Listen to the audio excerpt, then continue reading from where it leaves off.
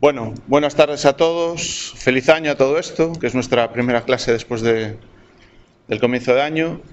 Y bueno, pues después ya de casi un año retomamos un poco la materia, y estábamos viendo, sitúo un poquillo, estábamos viendo el tema de comunicaciones industriales. Habíamos hablado un poco de generalidades, ¿no? Entre, bueno, distinguiendo, haciendo una pequeña taxonomía en las redes industriales entre las redes de datos y las redes de control. Habíamos descrito, pues más o menos brevemente, las redes de datos, explicando un poco sus características y qué es lo que se persigue o se busca de ellas en el ambiente industrial, que como ya os dije, pues es bastante parecido a lo que se busca en el ambiente ofimático. Lo que pasa es que, bueno, pues caracterizado por unas necesidades de, si queréis, robustez y fiabilidad que vienen dadas por el propio uso de esto en el ámbito industrial. No, son unos requisitos casi imprescindibles. Y después comenzamos a ver un poquito las redes de control, ¿no? Ya hablamos que la gran diferencia entre las redes de control y las redes de datos era pues que estas redes se utilizaban sobre todo para el control del proceso. Y en el control del proceso había una serie de temas relacionados con que se están manejando pues sistemas, instalaciones mecánicas en la planta que funcionan pues de esa forma, y que las redes tienen que cumplir un requisito que es la capacidad de reaccionar de forma determinista. Hablábamos de tiempo real, determinismo, como palabras un poco diferenciadoras, ¿no?, de lo que serían las redes de datos, digamos, si queréis, más ofimáticas, ¿no? Empezamos a describirlas un poco, caracterizando pues un poco su historia, de dónde vinieron, y estaba explicándoos, que es un poco ya enganchando con la transparencia que tengo ahora en la pantalla, pues que un poco a diferencia precisamente de las redes de datos, y precisamente con el objetivo, con el propósito de que estas redes sean más eficientes y funcionen de una manera determinista, pues lo que se hizo, lo que se optó en casi todos los protocolos o las redes que se definieron de control, que yo conozco habitualmente o que son las más utilizadas, pues se pensó en quitar varios niveles de las capas del modelo OSI, porque esas capas no añadían o añadían una funcionalidad que no era en principio necesaria en las redes de control, y por otra parte introducía una cierta complejidad y una carga de protocolos, ¿no? Entonces, bueno, pues casi todas las redes de control, como primera premisa, y precisamente porque no necesitan esas capas típicamente de enlace, perdón, de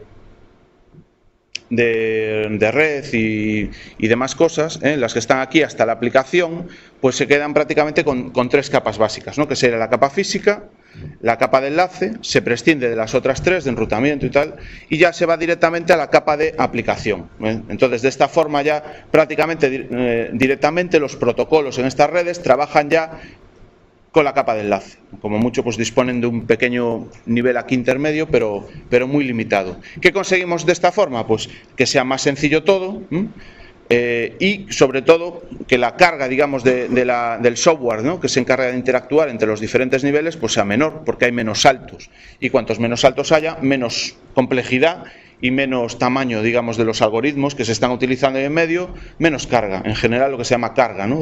Desde que yo quiero emitir algún dato de aplicación hasta que se transmite por la red y llega a la otra máquina a la que yo quiero, o el otro dispositivo con el que yo quiero interconectar, pues es menor el tiempo, ¿no?, que si tenemos una implementación completa del modelo OSI. Bueno, distinguiendo un poquillo, ¿para qué se utilizan? Evidentemente las redes tienen el propósito de comunicar diferentes dispositivos. Entonces, lógicamente, su misión es comunicar varios sistemas de control industrial. Vale. ¿Qué quieren conectar? Precisamente, como son redes de control, el tipo de dispositivos que comunican son esos que vimos en los apartados anteriores de la materia. Por ejemplo, pues PLCs, automatas programables, controles numéricos, robots, etcétera, entre sí, que son, digamos, los dispositivos electrónicos o de automatización que existen en una planta moderna. Vale, entonces aquí los equipos digamos, que se comunican no son típicamente, vamos a pensar, de equipos de PCs, computadores industriales a pelo, sino que simplemente pues son, además de esa categoría, muchos otros que están relacionados directamente con el control del proceso, ¿vale?, con la manipulación de todos los productos que se están haciendo en la planta. Este tipo de redes, bueno, inicialmente, sobre todo, surgieron, las redes que se utilizaban eran redes del tipo principal subordinado, también conocidas como master-slave. Hay un tipo de redes de control que se utilizan en el entorno industrial que siguen una filosofía, luego veréis a qué se refiere eso, de tipo principal subordinado. Es decir, existe un elemento, un sistema electrónico que es el equipo, digamos, que lidera o coordina todas las funciones de comunicación que se dan en esa red, y los demás dispositivos de alguna forma trabajan de forma subordinada a ese. Por ejemplo, es típico que el equipo principal o maestro, máster, sea el que lance y organice los sistemas de comunicación, las comunicaciones que se dan entre los distintos dispositivos de control, y los demás dispositivos reaccionen respondiendo a las preguntas que les hace, o digamos que las órdenes, ¿no?, de comunicación que les hace ese equipo principal. No son redes peer-to-peer, en el sentido de par a par, en las que todos tienen la capacidad en principio de comunicarse. Eso es un tema que ocurre, por ejemplo, en Ethernet, y fruto de eso se producen las colisiones. En una red principal subordinado, precisamente, como no hay posibilidad, en principio, de que se realicen esas colisiones, pues es gracias a que se utilizan este tipo de protocolos en los cuales uno, por decirlo así, manda, y los demás, de alguna forma, responden a lo que manda ese equipo principal, ¿no? Esa es una filosofía de comunicación. Otra filosofía, que aunque sigue más o menos este esquema, trabaja de forma diferente, es la productor-consumidor, la producer-consumer. En esta filosofía de formalización de redes de control, la idea es que hay datos, los datos se generan desde el proceso, y luego lo que hay son varios usuarios de ese mismo dato, ¿no? Entonces, por ejemplo, si tenemos en un horno una temperatura y queremos que esa temperatura pues se transmita por la red a otros equipos de control que necesitan esa información para realizar otras tareas pues ya de un nivel superior, por ejemplo de célula, la idea es que la temperatura surge o se mide en un único punto, un único nodo de comunicaciones que sería el productor de esa información, ¿de acuerdo? Y los consumidores, ¿qué harían? Pues estar atentos a la red, y cuando esa información fluya por esa red de comunicaciones, pues si la quieren, cogerla y utilizarla, ¿no? De alguna forma escuchar la red, y cuando ellos necesitan ese dato, pues lo absorben y lo manipulan ya como ellos estimen conveniente. Ese equipo que estaría escuchando esa información sería el consumidor. Entonces existen redes que pues siguen este tipo de filosofía. Lógicamente, las redes productor-consumidor y en las redes principal subordinado no se llevan las cosas al límite, y evidentemente pueden existir, no existirá siempre un único nodo principal, sino que pueden existir varios nodos principales. Luego veremos cómo, ¿no? Lo que se hace es, por ejemplo, pues distribuir en el tiempo quién es el nodo principal en cada momento, ¿no? Entonces tenemos redes multimaestro, pero se sigue aún así la filosofía de comunicación maestro-esclavo. ¿Qué servicios de comunicación ofrecen este tipo de redes? Bueno, pues por supuesto, en general lo que persiguen es el intercambio estructurado de información, pero también nos permiten llevar a cabo tareas de diagnóstico. Es decir, nos permiten también poder saber en un momento dado cómo está un determinado equipo, si tiene un fallo, qué fallo está ocurriendo.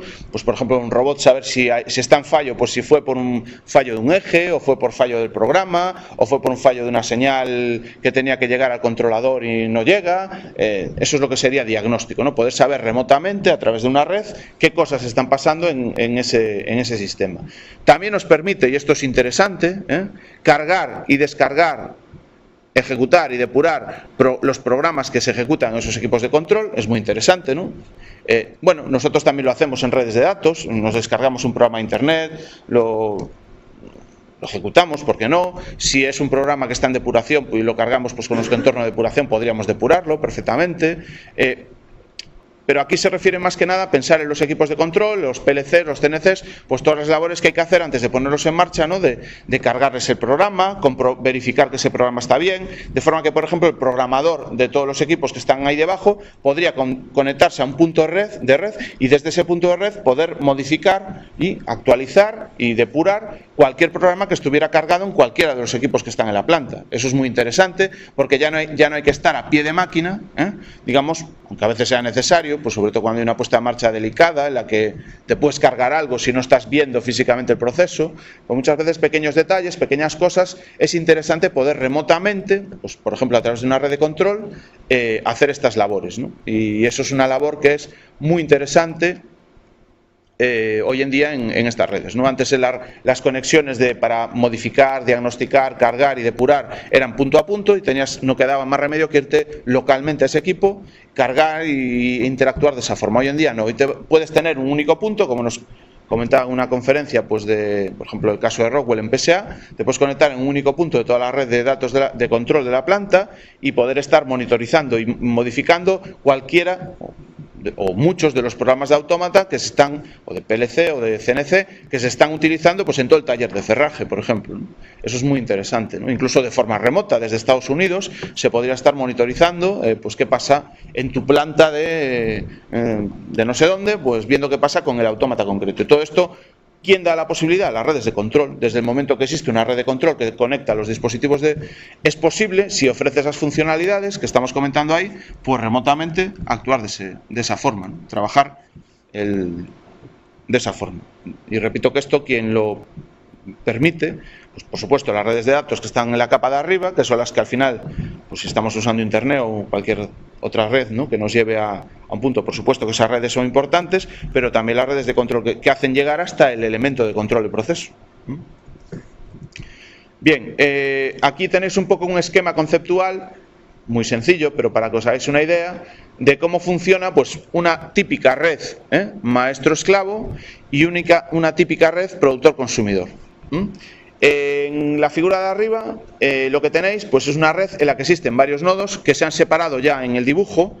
Digamos que estos serían nodos principales, los que están en la parte de arriba, y en la parte de abajo tendríamos nodos subordinados. Como os indicaba, en una red principal subordinado, la idea es que el principal es el que es capaz y tiene la potestad de iniciar las comunicaciones, y los esclavos simplemente van a responder cuando ese principal, o principales, ya veremos cómo, reparte juego y les pregunta concretamente o les pide concretamente que realicen una concreta labor de comunicación, ¿vale?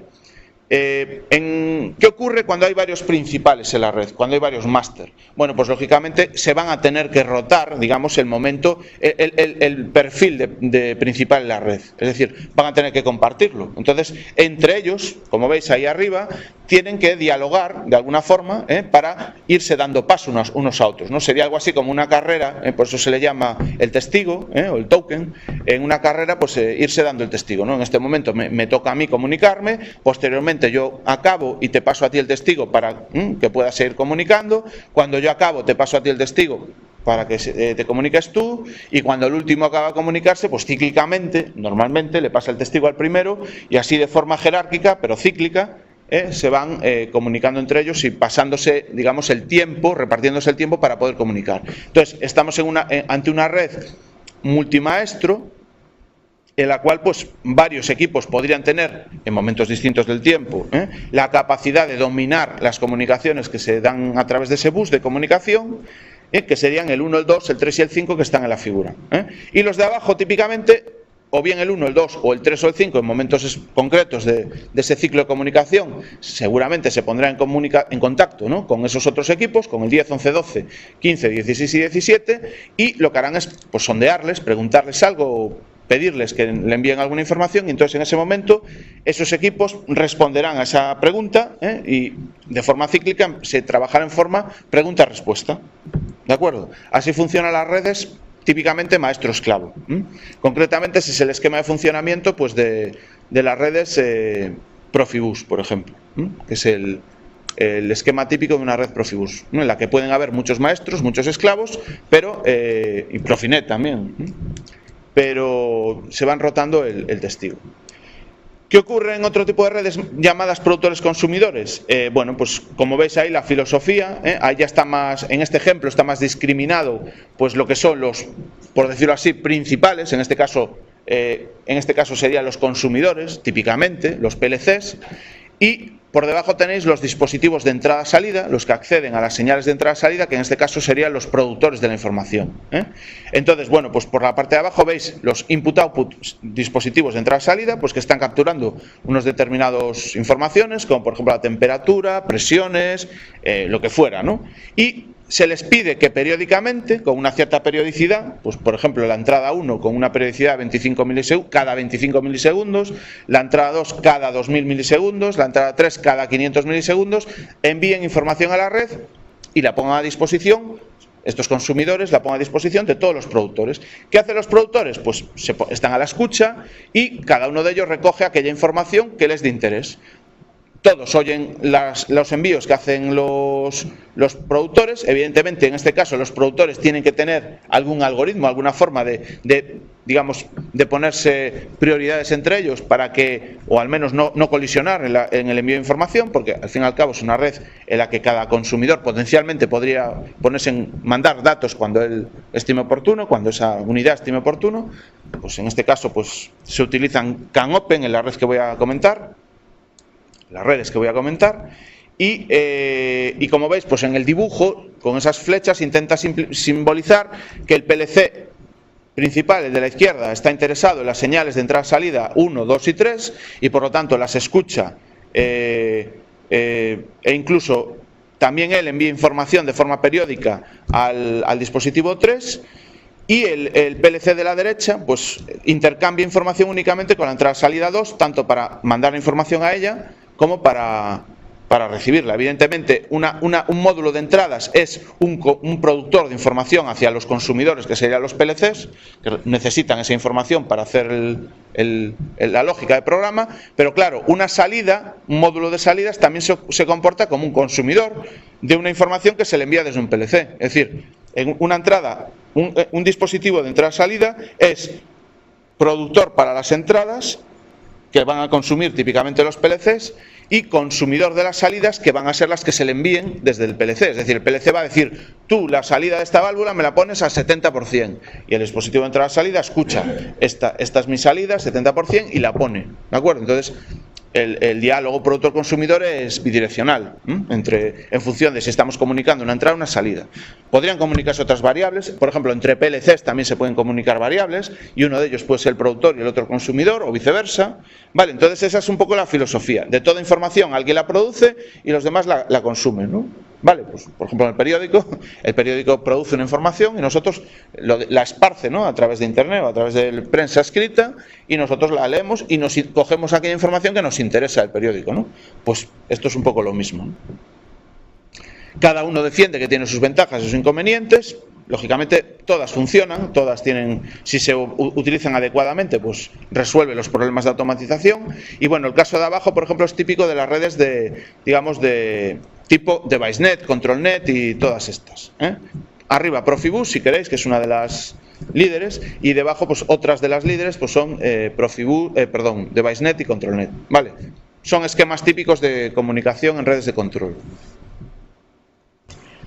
Bueno, aquí tenéis de hecho algunas de las soluciones que, bueno, he sacado de internet, de soluciones típicas de redes de control. Aquí tenéis nombres comerciales, pues por ejemplo, como os decía, quizás en el mercado más europeo, yo aquí voy a destacar a Profinet, a Profibus, y en el mercado más americano pues voy a destacar a Ethernet IP, DeviceNet, ControlNet. Bueno, DeviceNet la vamos a meter en otra categoría, por lo tanto la dejo para luego, pero funciona con un esquema más o menos parecido. También hay otras redes llamadas que dependen de CAN, de un protocolo que se llama CAN, por ejemplo CAN-Open. Es otro tipo de redes que también se pueden utilizar o pueden ser comercialmente importantes, ¿no? Y existen muchas más. Lo que pasa es que, bueno, simplemente quiero dar algunos ejemplos de al menos las que yo particularmente pues conozco más y de las que tengo alguna experiencia más, porque los fabricantes pues nos hablan más de ellas y son de hecho las que en el mercado pues quizás de las más utilizadas, ¿no? Pero no quiere decir que no haya otras, ¿eh?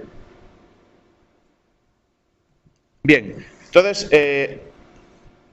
como os decía, esas redes, de las que he comentado anteriormente, las redes de control, tenían un propósito general, de comunicar dispositivos de control entre sí, ¿vale? Bajando un poco la taxonomía y llegando a unos niveles más inferiores, y que es por donde surgieron las redes de control, podíamos entrar en la categoría de redes de sensores actuadores. Estas redes ya son también redes de control, pero se diferencian de las anteriores en que en estas redes el propósito fundamental es comunicar típicamente un dispositivo de control con sus entradas-salidas distribuidas, y de ahí el nombre, O sea, se pretende comunicar al dispositivo electrónico de control con las señales, sensores y actuadores que están en campo, se supone que conectados a ese dispositivo. Por supuesto, se pueden hacer esquemas mixtos en los que en esa red existen varios dispositivos de control conectados, pero típicamente cada uno de esos dispositivos leerá o monitorizará pues unas determinadas entradas-salidas. Eso depende un poco de si el esquema es más productor-consumidor o es master-slave. Pero en todo caso, lo que sí está claro es que en estas redes el propósito es comunicar a un dispositivo de control con sus entradas-salidas, ¿vale? Por eso se llaman, o las hemos llamado o categorizado dentro del grupo de redes de sensores actuadores, ¿vale? Estas redes sí que ya no hay duda, tienen que trabajar en tiempo real estricto, es decir, aquí ya no hay dudas, porque si en las redes anteriores se podían utilizar para comunicar entre sí dispositivos de control y a lo mejor los requisitos no de determinismo, o sí, pero sobre todo de necesidades temporales de velocidad y la criticidad de que en algún momento esa periodicidad de envío de información no fuera demasiado cubierta, no puede no ser muy grave. Desde luego, cuando ya estamos manipulando el proceso y ya estamos trabajando directamente con sensores y actuadores, sí que no hay más remedio. Esas redes tienen que funcionar de forma determinista, porque si no, pues evidentemente vamos a tener probablemente un fallo en el proceso, ¿no? O sea, aquí ya no podemos jugar. Entonces, si queréis, estas redes son todavía más críticas en cuanto al tiempo real que las redes anteriores, ¿vale? Porque ya jugamos directamente con entradas y salidas. Entonces, si es muy importante para mi proceso que una salida se actualice cada milisegundo, si estas redes no dan el nivel y no cumplen por una mala especificación o sobre todo porque tú las diseñas mal, porque no haces bien tu modelo de redes, entonces no cumplen, porque estas redes se caracterizan porque lo que prometen nuevamente lo cumplen, o si no se ponen en fallo, pero salvo que tú hagas una mala especificación, tienes que cumplir el tiempo real estricto, ¿vale? Entonces, si tú quieres que un dato se actualice cada milisegundo en la red, pues estas redes tienen que garantizarte, siempre que sea posible, que esa información, ese intercambio se cumpla en ese tiempo, ¿no? Por lo tanto, ahí esto es crítico. Se utilizan a nivel de célula o máquina, en los niveles más bajos de la pirámide, lógicamente. Por eso en todos los niveles bajos de la pirámide os suelen pintar los sensores actuadores, porque son los elementos más bajos con los que se comunica el proceso, Y hay fabricantes que este tipo de redes le llaman periferia descentralizada o distribuida, De hecho, Profibus, por mencionar un caso concreto, pues su red Profibus DP quiere decir periferia descentralizada sobre Profibus, o sea que es una red de sensores actuadores metida dentro de la familia de protocolos de Profibus. Bueno, aquí tenéis otra red pintada debajo, la cual en este caso es una red interbus. La red interbus está pensada específicamente para comunicar equipos de control con dispositivos, sensores y actuadores. Y bueno, pues ahí ves un poco la filosofía, ¿no? El PLC o el PC se puede comunicar a través de los dispositivos, de diferentes dispositivos con sensores y actuadores. Como veis, la filosofía de este bus pues es un bus encadenado en el cual pues la red va entrando y saliendo por cada uno de las cabeceras de comunicación que tiene esta red. Y bueno, pero como veis en el dibujo se ve claramente que por ahí están debajo los sensores y los actuadores, botones, lámparas, un brazo robot, un motor, que no deja de ser un actuador, también conectado a través de un variador de velocidad. Esos son los dispositivos típicos que tienen que estar comunicados en una red de sensores actuadores, ¿vale?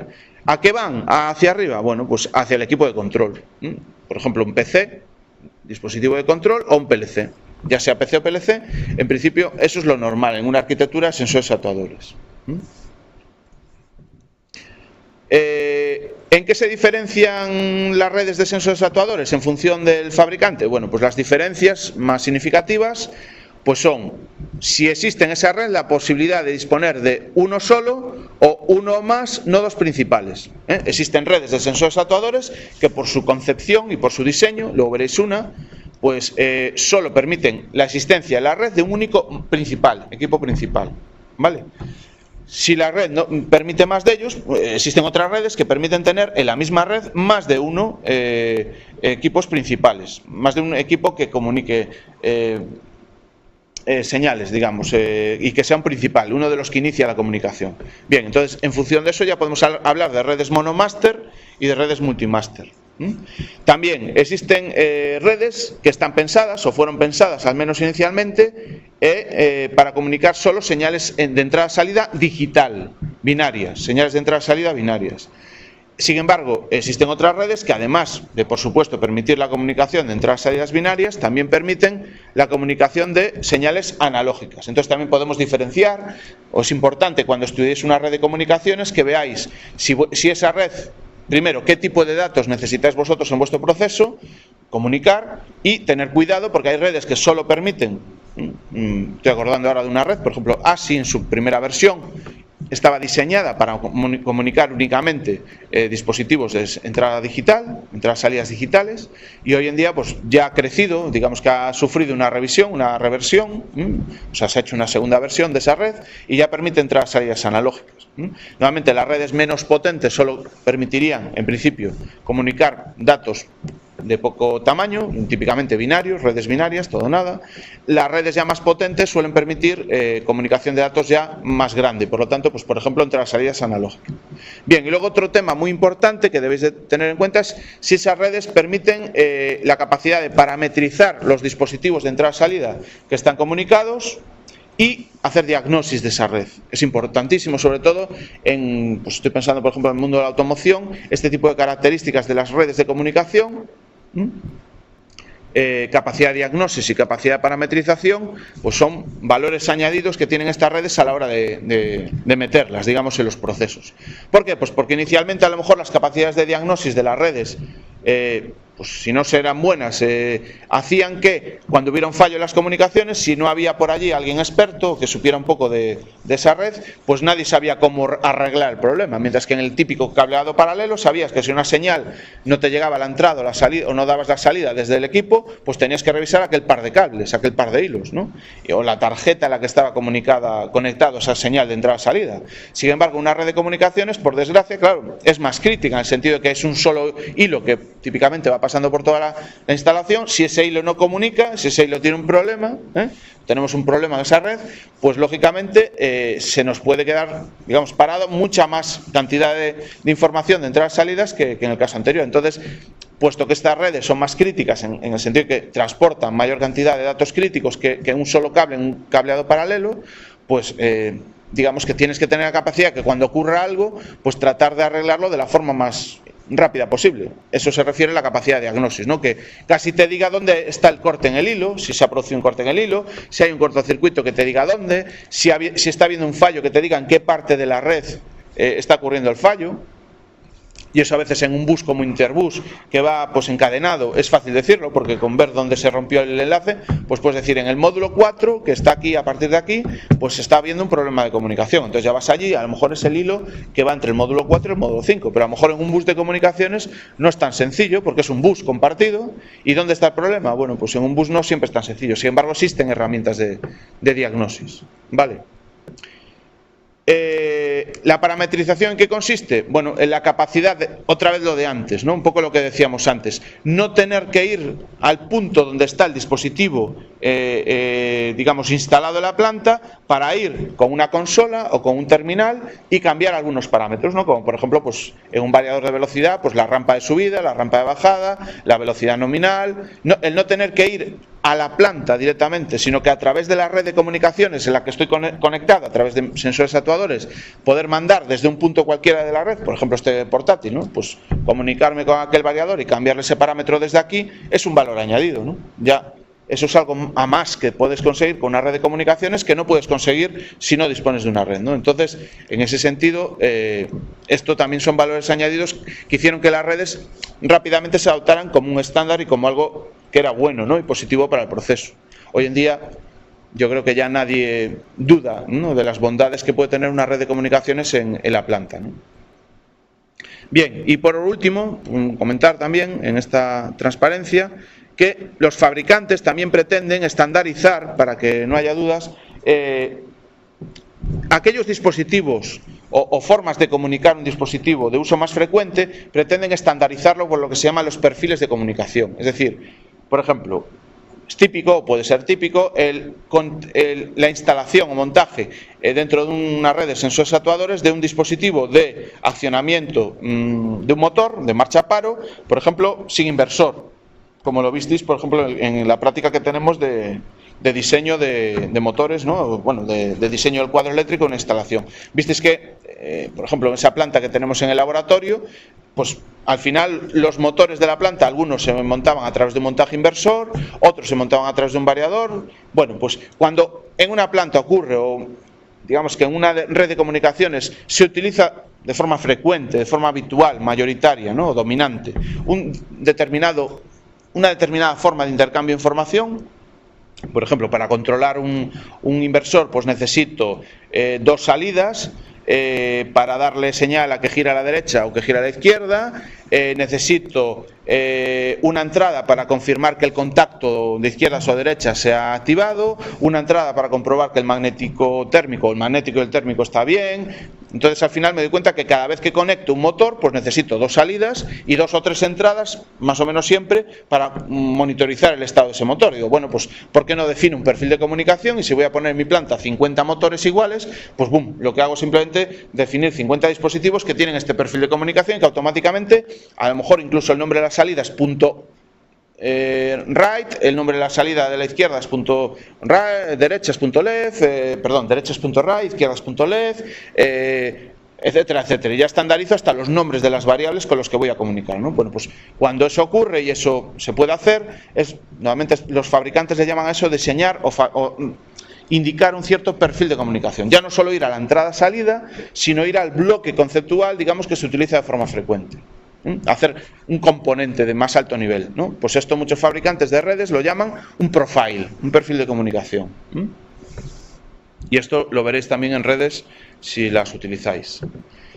Bueno, dentro de las redes de sensores actuadores que se utilizan, podríamos otra vez taxonomizar, dividir en redes de, si queréis, más pequeña capacidad, que tienen menos capacidad, pues que, por ejemplo, antes os decía que los fabricantes distinguen que si tienen uno o más nodos principales, que si tienen solo entradas salidas digitales o también tienen analógicas, que si tienen mucha o poca capacidad de diagnosis. Bueno, pues una de las redes que algunas de esas cosas las tiene más limitadas, pero digamos porque se pensó así y se diseñó así, pues son aquellas redes que podríamos llamar de capacidad limitada. Y un caso particular es la red ASI, por ejemplo. Es una red muy sencilla, que la tienen muchos fabricantes, es una red abierta, en el sentido de que no es de un único fabricante, sino que hay un estándar, hay una asociación que se llama AS Interface, y esa asociación pues es la que va definiendo la evolución del estándar en conformidad con todos los fabricantes que están de acuerdo a esa norma, adheridos a esa norma, y pues que esta red, por ejemplo, que la vamos a detallar luego más, es una red que tiene una capacidad limitada. Concretamente, está pensada en sus orígenes, aunque ahora ya ha evolucionado, como os decía antes, y ya permite entradas analógicas, pero en su diseño inicial está pensada para comunicar dispositivos todo o nada, únicamente dispositivos binarios. Por ejemplo, pues como hemos visto en el laboratorio, ¿no? La instalación que estamos estudiando en el laboratorio pues solo tiene entradas, salidas, todo o nada, ¿no? Finales de carrera, fotocélulas, relés, actuadores como válvulas, pero todo o nada, no proporcionales, ¿no? Bueno, pues una red para esa instalación, por ejemplo, podría ser perfectamente la red ASI, porque está pensada para eso. Y además, también otra característica que tienen estas redes, por ejemplo la que comento aquí, es que están pensadas para tener un único principal, nodo principal en la red, un único máster.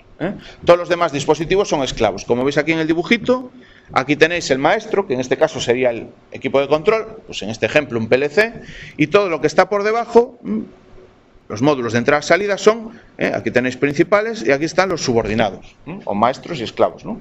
Todo lo que está por debajo son subordinados. Luego veréis por qué, pues vamos a hablar de esta red en más detalle porque es muy sencillita de explicar y precisamente por ese motivo pues os la voy a explicar, para que veáis, bueno, que aún así tiene su enjundia, ¿no? Otras redes, pues ya existen otro tipo de redes que dan una mayor capacidad funcional, ¿de acuerdo? Y que están pensadas para transmitir e intercambiar un mayor volumen de información. Lógicamente son redes también más caras, más complejas, pero bueno, que dan esa funcionalidad. Están pensadas para un envío eficiente de datos de mayor tamaño, por eso se permite mandar más información, y entre ellas es, aparte de inherentemente emitir señales analógicas, como es lo parece evidente, también tienen muchísima más capacidad de calibración, configuración y programación de los dispositivos que cuelgan de esas redes. De hecho, hoy en día los dispositivos que cuelgan de ese tipo de de redes, que son los dispositivos de campo, los field device, se le llaman ya, o sea, se considera que son dispositivos más inteligentes, porque ya son dispositivos que tienen una capacidad, por decirlo así, de procesado autónomo y de configuración y adaptación, digamos que ya llevan unos computadores razonablemente interesantes, ¿no?, dentro del dispositivo. Ya no es un mero actuador, sino que es un actuador con capacidad de configuración, calibración e incluso de llevar un programa dentro. Esto también cada vez está más de moda, ¿no? El que el dispositivo de campo también controle alguna zona pequeña local, ¿no?, a él. Existe cada vez más la tendencia, por ejemplo, en variadores de frecuencia, de que el variador lleve un pequeño autómata dentro, un software, ¿no?, en su micro, y pueda controlar, pues, un número de entradas-salidas. Por ejemplo, que en nuestra planta del laboratorio tendría que ver con las señales que tienen que ver con el ascensor, yo que sé, la fotocélula de entrada, la fotocélula de salida, las seguridades, pues todas esas señales pues se podrían incluso conectar al dispositivo, que meramente es un actuador, ¿no?, el variador de velocidad. Entonces ya el variador ya deja de ser un variador, ya empieza a ser también un dispositivo inteligente, ¿no? Tiene capacidad de hacer control en el proceso, ¿no? Entonces, bueno, pues ahí ya empezamos a perder la visión de qué es un PLC, ¿no? Si ya eso qué es, un dispositivo, un actuador, es un PLC, es algo, pues yo creo que es algo intermedio, ¿no? No llega a ser un PLC, pero puesto que ya lleva un micro, ¿por qué no aprovecharlo para hacer control local muy pequeñito, ¿no? Por muy poco más dinero le puedes añadir unas cuantas entradas-salidas y ponerle capacidad de control local. Bueno, pues ¿qué componentes se controlan o se conectan a estas redes? Pues codificadores absolutos de posición, de velocidad, sensores de temperatura, presión, caudal, etcétera, etcétera, variadores de velocidad, ya servoválvulas. Sobre todo son redes que se utilizan en control de proceso, ¿no? Lo que sería el proceso, si queréis, más químico. No quiere decir que no se utilice en proceso discreto, ¿no?, pero es más del mundo este tipo de redes de procesos continuos, en general. Bien, redes de elevada capacidad, pues, por ejemplo, DeviceNet, es un estándar también. Todo esto son redes que están abiertas, es decir, no son, bueno, quizás Interbus en su momento fue una red bastante monofabricante, pero que después se abrió y se permitió la entrada de otras marcas en el grupo. Esto hoy en día está de moda, ya prácticamente ningún bus es propietario de un fabricante. Puede ser que un fabricante lo prescriba, también a nivel práctico, es decir, nacen los buses de un fabricante. Por ejemplo, pues DeviceNet, nadie duda, ¿no?, de que todas estas redes, DeviceNet, ControlNet y Ethernet IP, van lideradas o tira del carro, sobre todo un gran fabricante que es un líder del sector, que es Rockwell. Interbus en su momento pues estaba liderado y está, ¿no?, conceptualmente por Phoenix Contact, que también fue uno de los innovadores en este mundo de las comunicaciones industriales.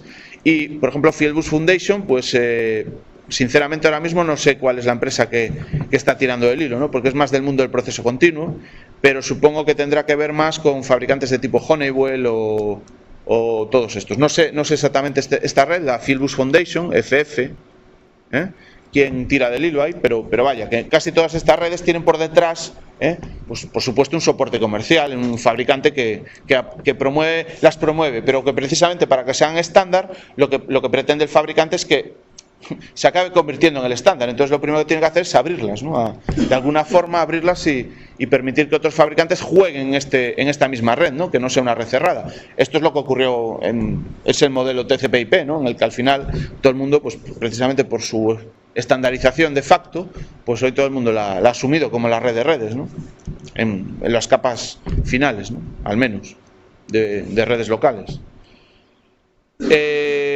Bien, aquí tenéis algún ejemplo y bueno, pues ahí estaría un poquito pues toda la taxonomía que os comenté, ¿no? Ya un poco para acabar en esta clase, hablaros de que existen también otro concepto muy interesante y que hoy en día está también de moda, que es las familias de redes industriales. Es decir, resumiéndolo, aparte de lo que dice la transparencia, la idea es intentar cubrir con algo común a toda una serie de redes, algo claro que las una base común, intentar cubrir con esa red todo el espectro posible de redes que hemos hablado. Es decir, intentar hacer, lógicamente no puede ser la misma, porque exactamente la misma, ¿no? Porque las características de una red de sensores actuadores de capacidad limitada no son las mismas que las redes de sensores actuadores de alta capacidad, no es lo mismo que una red de control y no es lo mismo que una red de datos. No se puede pretender cubrir todo, pero se intenta. Es un poco, vamos a poner un símil con los coches, ¿no? La plataforma Megane, ¿no? La plataforma C4, ¿no? Pues en la plataforma C4 pues existe desde el modelo normal hasta el modelo más deportivo, hasta el modelo ya casi el Picasso, por ejemplo, ¿no? El modelo ya que se...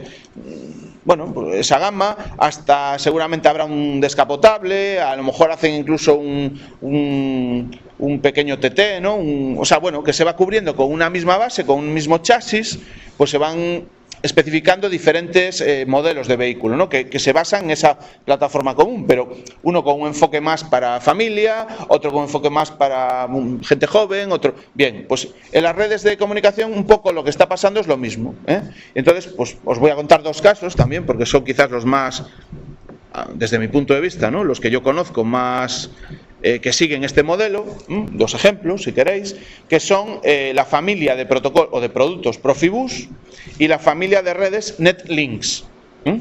Una, si queréis, el gran fabricante que está detrás, ya os lo he dicho, Siemens, y detrás de otra, el gran fabricante que está, pues es Rockwell, Rockwell Automation. Entonces, ¿qué ocurre? Pues son redes que se han pensado o han ido evolucionando de forma que su objetivo es que todas ellas tengan una base común, es decir, que tengan algo en común todas ellas, ¿no? Que compartan algo, alguna estrategia común de todas ellas sea la misma, ¿eh? Entonces, tienen que compartir alguna de las capas o algo, o alguna funcionalidad que exista dentro de esa familia de redes, ¿vale? Y que pretenden cubrir todo el espectro de la pirámide CIM. Eso es un poquito, por ejemplo, si habéis ido a las HAI, pues lo que se está ahora es hablando de la estandarización, de cómo se puede intentar tener una red de control que sea capaz de llegar, dentro de la familia de redes de control, tener una red que entre dentro de las redes de datos. Y hablaban, por ejemplo, en el caso de Profibus se habla de Profinet, que es Profibus sobre Ethernet, y en el caso de Rockwell Automation se habla de Ethernet IP, que también es otro estándar al que se está abogando. ¿Qué es lo que comparten normalmente entre ellas? Pues evidentemente la capa física no, la capa de enlace seguramente en filosofía tampoco, porque no puede ser, cada red estoy pensando que tiene su capa de enlace, pero lo que sí suelen compartir es algún tipo de protocolo, protocolo estratégico dentro de esa familia. Por ejemplo, en el caso de las redes NetLinks, sí, eso lo dice el fabricante claramente, que lo que comparten todas ellas en común es el protocolo ZIP, el Common Interface Protocol, que es, o sea, en todas las redes los paquetes, digamos, desde un punto de vista funcional, las unidades de información que se comunican, se intercomunican, siguen el mismo protocolo. De forma que eso lo que permite es que el traslado de una información de las capas más altas hasta la capa más baja que tú puedas tener en ese tipo de redes, NetLinks, pues permite la intercomunicación entre todos los dispositivos. ¿Por qué? Porque al final pasar de una red a otra no es más que poner un aparato que traduce en la forma de mandar de física y de enlace por ejemplo de la red Ethernet IP, pasar esa trama funcional a la forma en la que se envía en una red DeviceNet, o pasarla a la forma en la que se envía en una red ControlNet. ¿Vale? Y entonces, al final, todo ese paquete circula, digamos que circula libremente a través de todas las capas que tiene esa familia de redes, ¿no? En el caso de Profibus, pues ocurre algo parecido. Existe también al final una filosofía funcional, puede ser, por ejemplo, el protocolo, el pequeño map que se ha implementado ahí dentro de protocolos también de comunicación que se utilizan dentro de las diferentes capas, y al final lo que permite, o sea, una familia de redes, también lo que hay que entender desde un punto de vista de usuario, es que permiten la interoperabilidad entre todos los dispositivos que están ahí, es decir, me permite comunicar entre ellas, Entonces, poniendo gateways, poniendo dispositivos de interconexión entre las diferentes redes, yo puedo trasladar información de forma sencilla desde las capas más altas hasta las capas más bajas. Eso es lo más interesante. Y en cada capa se ha especializado una determinada funcionalidad. Por ejemplo, en Profibus, el Profibus PA y el Profibus DP son las capas para redes de sensores actuadores. La Profibus DP, típicamente para redes, si queréis, de procesos continuos o discretos, normales, en los que no hay ninguna especificación especial, y la Profibus PA está pensada, por ejemplo, para redes ya de procesos industriales, donde hay peligro de explosión, por ejemplo, la red PA es una especialización de la red DP para el caso de zonas donde haya peligro, una explosión, donde una chispa, pues en un cable pueda generar una explosión de un gas que está por esa zona, ¿no? Entonces, pues el Profibus PA, por ejemplo, pues repito que es una especialización, pero al final toda esa red que está en horizontal, la verde y azul, es para redes de sensores actuadores. La red FMS, que está encima, está especializada o está pensada sobre todo para compartir información entre equipos de control, y luego por encima la que hoy ya sabemos que se llama Profinet, que es a lo que se está atendiendo, pues ya nos permite comunicar entre sí también los dispositivos de control con los dispositivos de gestión de procesos, de arriba, ¿no? de planta. Y todo ello, la idea es que sea intercomunicable, interoperable entre sí. En ZIP pues pasa un poco lo mismo. Por arriba tenemos Ethernet IP, por el medio tenemos ControlNet y por debajo tenemos DeviceNet. Ya sus nombres ya lo indican, ¿no? Device, comunicación de elementos de control con dispositivos, control, comunicación de elementos de control entre sí, Ethernet IP, comunicación de dispositivos conectables a Ethernet, ¿vale? Entonces estas dos familias pues tienen eso en común. Bien, y entonces paramos aquí. En la siguiente hora os voy a explicar un poquillo qué es una red de sensores actuadores de capacidad limitada, que es así, ¿vale? Pues venga, paramos. Sí, 10 minutitos. Y el otro consumidor, o viceversa. Vale, entonces esa es un poco la filosofía. De toda información alguien la produce y los demás la consumen, ¿no? Vale, pues por ejemplo en el periódico produce una información y nosotros la esparce, ¿no? A través de internet o a través de prensa escrita, y nosotros la leemos y nos cogemos aquella información que nos interesa del periódico, ¿no? Pues esto es un poco lo mismo, ¿no? Cada uno defiende que tiene sus ventajas y sus inconvenientes. Lógicamente todas funcionan, todas tienen, si se utilizan adecuadamente, pues resuelve los problemas de automatización. Y bueno, el caso de abajo, por ejemplo, es típico de las redes digamos, de tipo DeviceNet, ControlNet y todas estas, Arriba Profibus, si queréis, que es una de las líderes, y debajo pues otras de las líderes pues son DeviceNet y ControlNet, ¿vale? Son esquemas típicos de comunicación en redes de control. Bueno, aquí tenéis de hecho algunas de las soluciones que, bueno, he sacado de internet, de soluciones típicas de redes de control. Aquí tenéis nombres comerciales, pues por ejemplo, como os decía, quizás en el mercado más europeo, yo aquí voy a destacar a Profinet, a Profibus, y en el mercado más americano pues voy a destacar a Ethernet IP, DeviceNet, ControlNet. Bueno, DeviceNet la vamos a meter en otra categoría, por lo tanto la dejo para luego, pero funciona con un esquema más o menos parecido. También hay otras redes llamadas que dependen de CAN, de un protocolo que se llama CAN, por ejemplo CANopen. Es otro tipo de redes que también se pueden utilizar o pueden ser comercialmente importantes, ¿no? Y existen muchas más. Lo que pasa es que, bueno, simplemente quiero dar algunos ejemplos de al menos las que yo particularmente pues conozco más y de las que tengo alguna experiencia más, porque los fabricantes pues nos hablan más de ellas y son de hecho las que en el mercado pues quizás de las más utilizadas, ¿no? Pero no quiere decir que no haya otras, Bien, entonces, como os decía, esas redes, de las que he comentado anteriormente, las redes de control, tenían un propósito general, de comunicar dispositivos de control entre sí, ¿vale? Bajando un poco la taxonomía y llegando a unos niveles más inferiores, y que es por donde surgieron las redes de control, podíamos entrar en la categoría de redes de sensores actuadores. Estas redes ya son también redes de control, pero se diferencian de las anteriores en que en estas redes el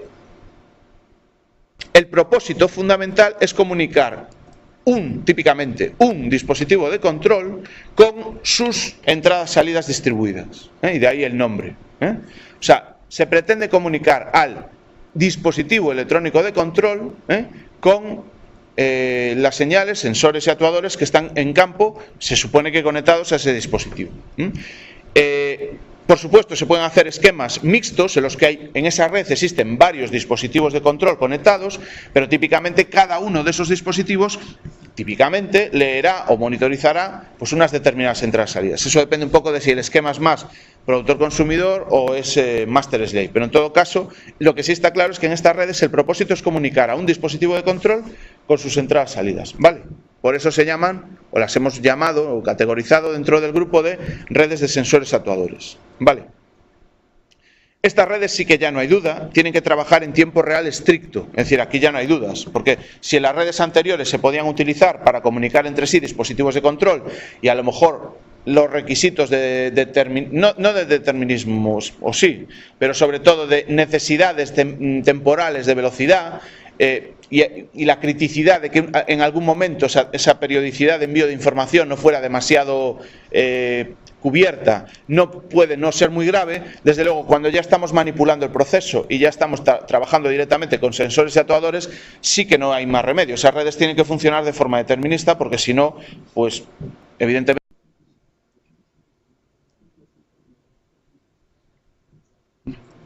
Bueno, buenas tardes a todos, feliz año a todo esto, que es nuestra primera clase después del comienzo de año. Y bueno, pues después ya de casi un año retomamos un poco la materia, y estábamos viendo, sitúo un poquillo, estábamos viendo el tema de comunicaciones industriales. Habíamos hablado un poco de generalidades, ¿no? Entre... Bueno, distinguiendo, haciendo una pequeña taxonomía en las redes industriales entre las redes de datos y las redes de control. Habíamos descrito pues más o menos brevemente las redes de datos, explicando un poco sus características y qué es lo que se persigue o se busca de ellas en el ambiente industrial, que como ya os dije pues es bastante parecido a lo que se busca en el ambiente ofimático. Lo que pasa es que, bueno, pues caracterizado por unas necesidades de, si queréis, robustez y fiabilidad que vienen dadas por el propio uso de esto en el ámbito industrial. No, son unos requisitos casi imprescindibles. Y después comenzamos a ver un poquito las redes de control, ¿no? Ya hablamos que la gran diferencia entre las redes de control y las redes de datos era pues que estas redes se utilizaban sobre todo para el control del proceso. Y en el control del proceso había una serie de temas relacionados con que se están manejando pues sistemas, instalaciones mecánicas en la planta que funcionan pues de esa forma, y que las redes tienen que cumplir un requisito que es la capacidad de reaccionar de forma determinista. Hablábamos de tiempo real, determinismo, como palabras un poco diferenciadoras, ¿no?, de lo que serían las redes de datos, digamos, si queréis, más ofimáticas, ¿no?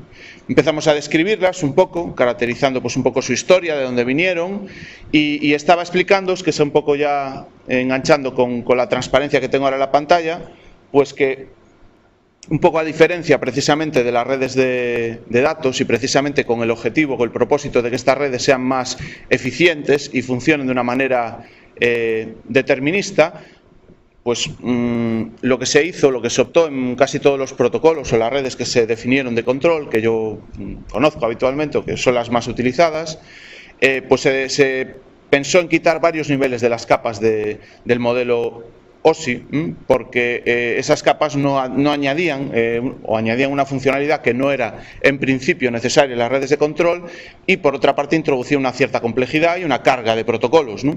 Entonces, bueno, pues casi todas las redes de control, como primera premisa, y precisamente porque no necesitan esas capas típicamente de enlace, perdón, de red y demás cosas, las que están aquí hasta la aplicación, pues se quedan prácticamente con tres capas básicas, ¿no? Que sería la capa física, la capa de enlace, se prescinde de las otras tres, de enrutamiento y tal, y ya se va directamente a la capa de aplicación.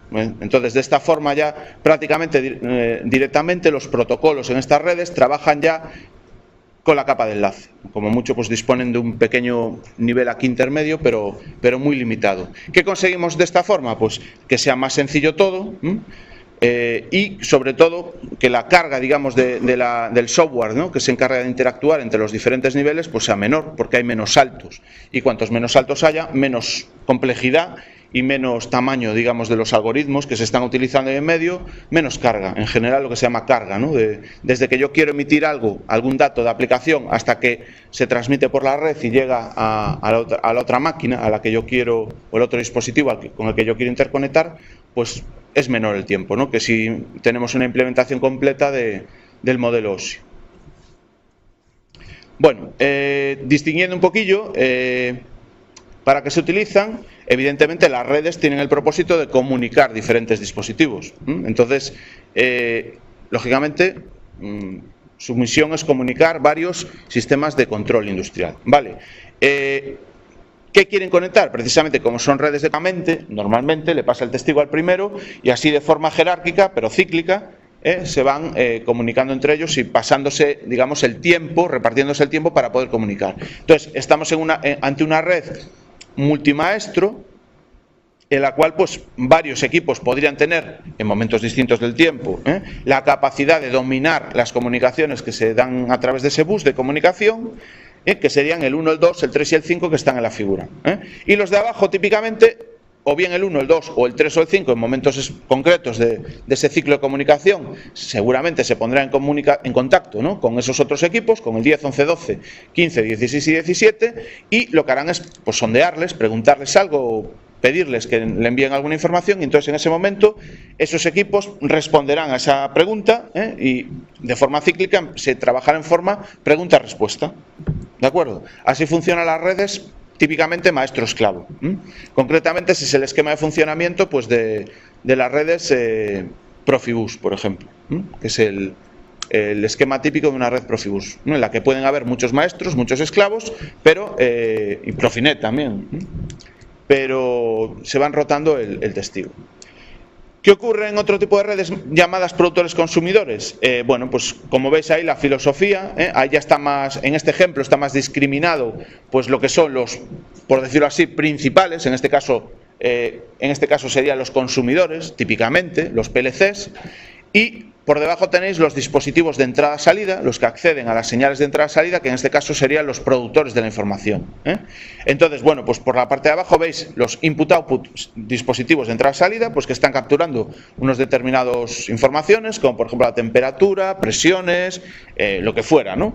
Y se les pide que periódicamente, con una cierta periodicidad, pues por ejemplo la entrada 1 con una periodicidad de 25 milisegundos, cada 25 milisegundos, la entrada 2 cada 2000 milisegundos, la entrada 3 cada 500 milisegundos, envíen información a la red y la pongan a disposición, estos consumidores la pongan a disposición de todos los productores. ¿Qué hacen los productores? Pues están a la escucha y cada uno de ellos recoge aquella información que les dé interés.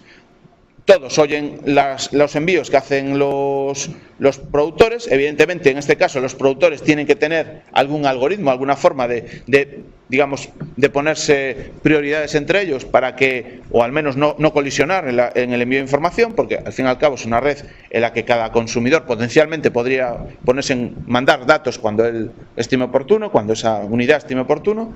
Pues en este caso, pues se utilizan CAN-Open en la red que voy a comentar.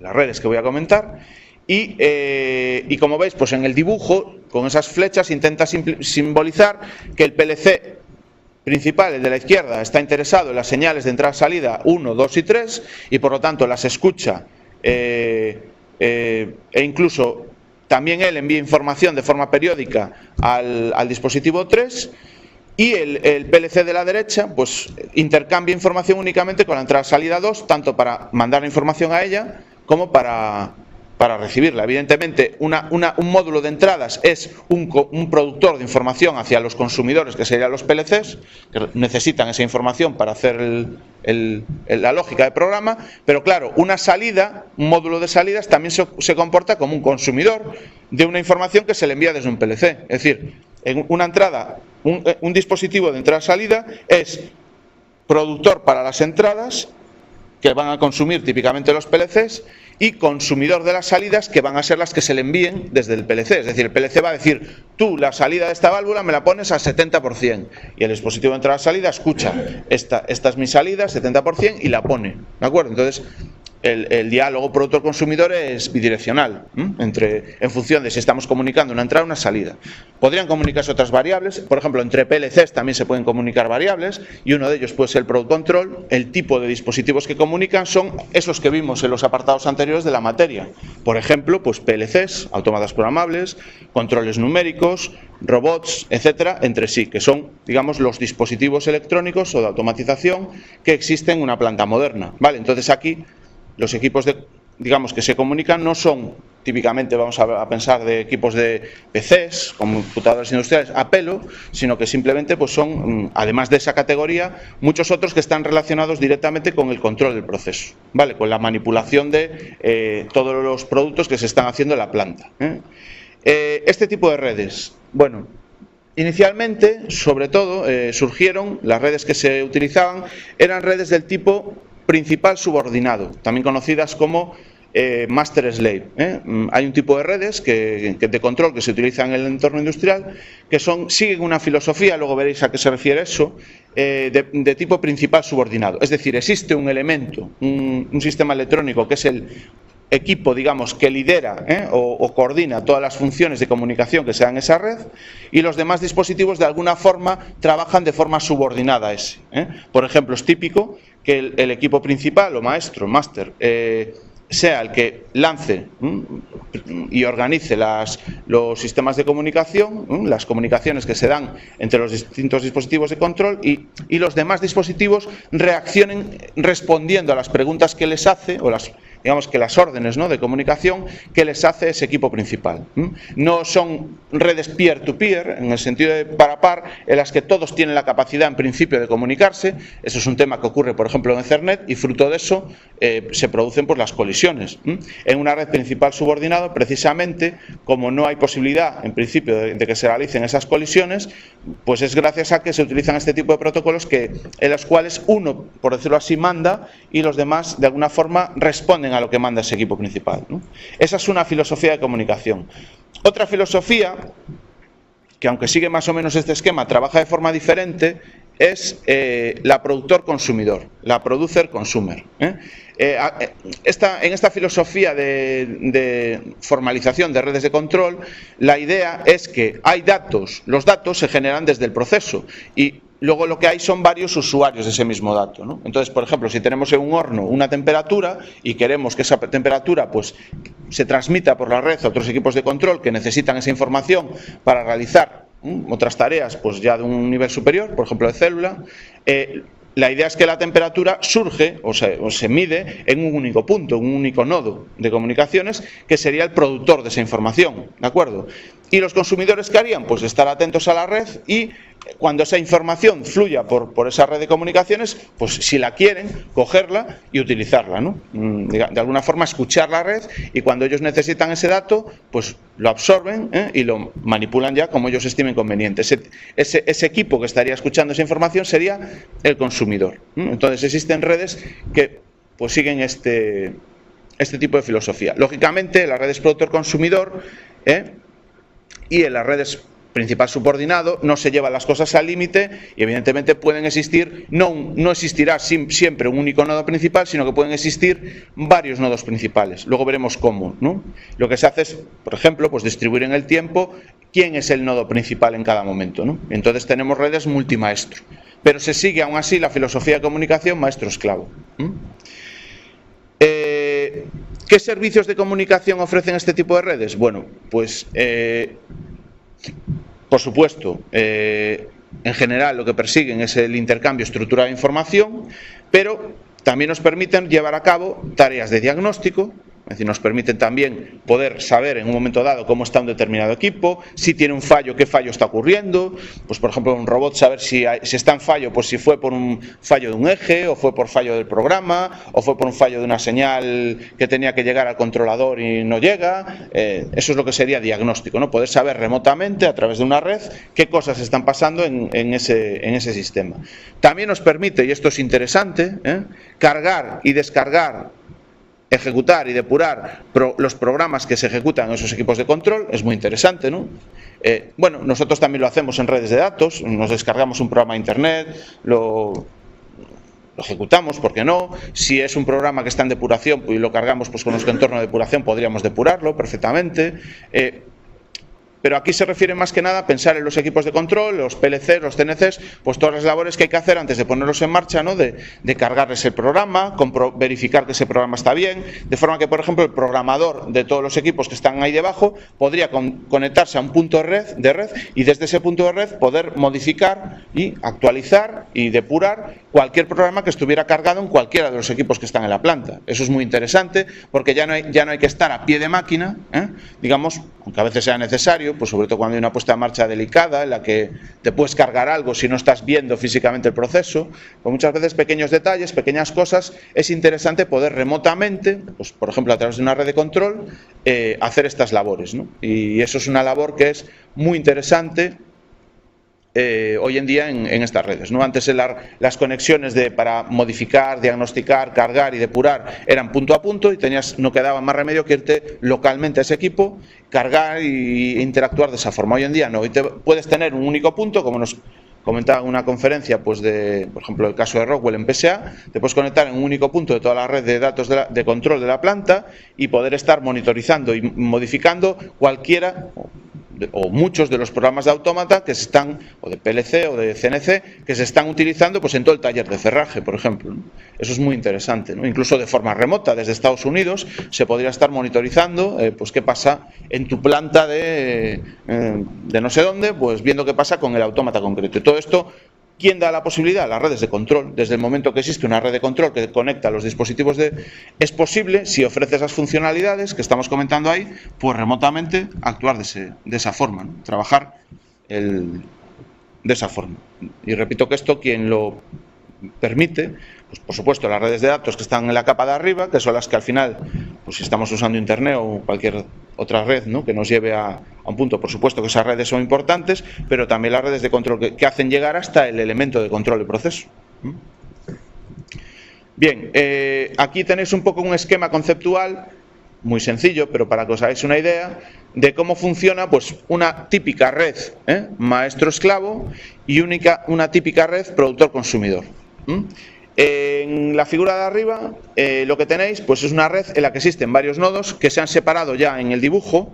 Digamos que estos serían nodos principales, los que están en la parte de arriba, y en la parte de abajo tendríamos nodos subordinados. Como os indicaba, en una red principal subordinado, la idea es que el principal es el que es capaz y tiene la potestad de iniciar las comunicaciones y los esclavos simplemente van a responder cuando ese principal, o principales, ya veremos cómo, reparte juego y les pregunta concretamente o les pide concretamente que realicen una concreta labor de comunicación, ¿vale?